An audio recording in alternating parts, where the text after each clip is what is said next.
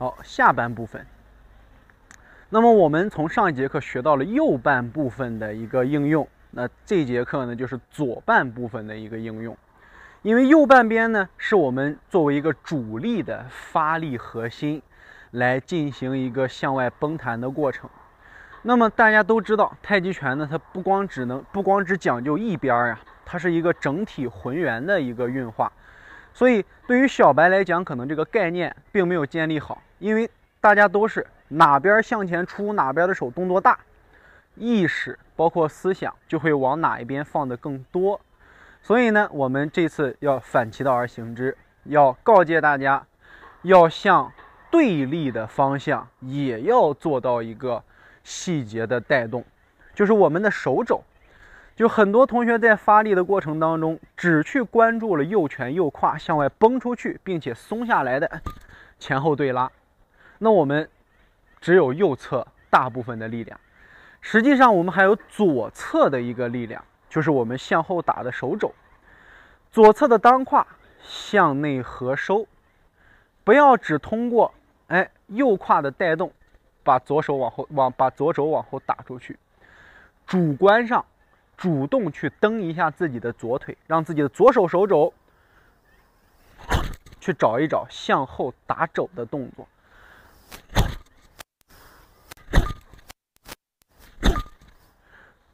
但是这个地方会有很多老师可能会做的不那么尽人意，会一蹬腿往后撅屁股。所以这个时候就要告诫大家，即便是蹬地螺旋，也要采用脚后跟内侧蹬地的方式，让自己的当胯产生向内的收，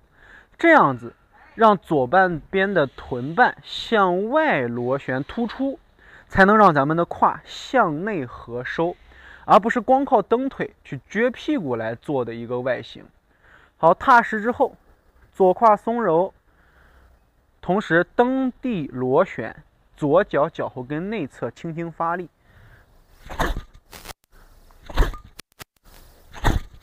我们的速度就会变快。那么你再把它从左侧和右侧的发力同时带上去，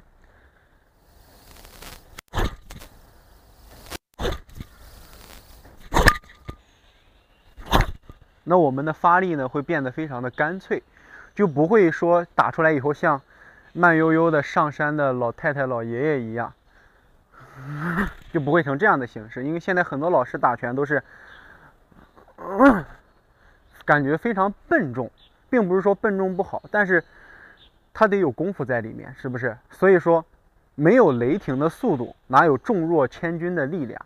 同理嘛，这是物理学定律，不能让大家去违背这个条件呀。所以大家得先要有了这个身体螺旋时的速度和崩弹，才能有到最后你从量变达到了质变，形成了松透的沉和重，而不是说咱们现在就要练成那种这种拳，这样子的话我们就是舍本逐末了因为现在发力的方式太多种了，大家需要去明辨一下。那么最后有一点就是大家好奇的说，同学，你的这个声音是怎么发出来的呀？是用鼻子还是用嘴巴还是用身体？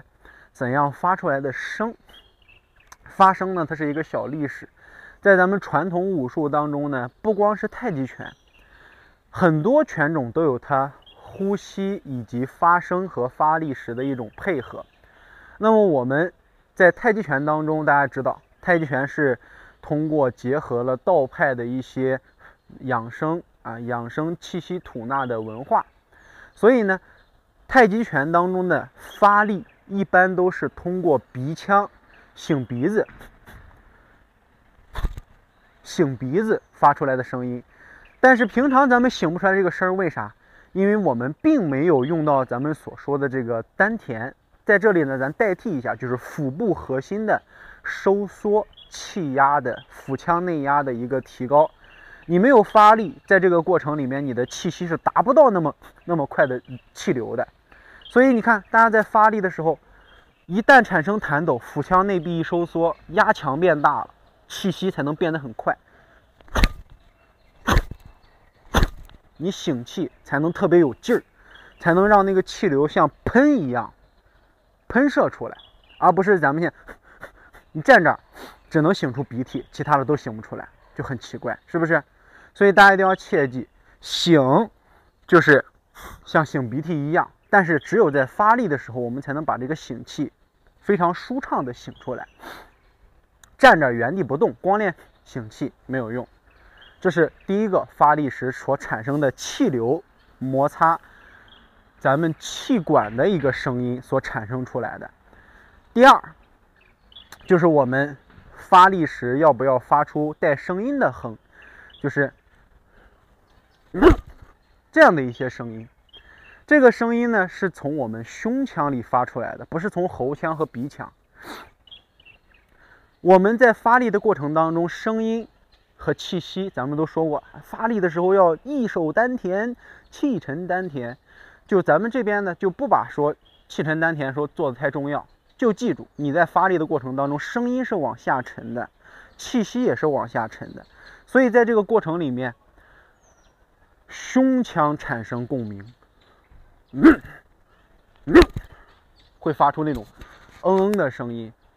这个声音老师们如果不会，你可以学牛叫啊，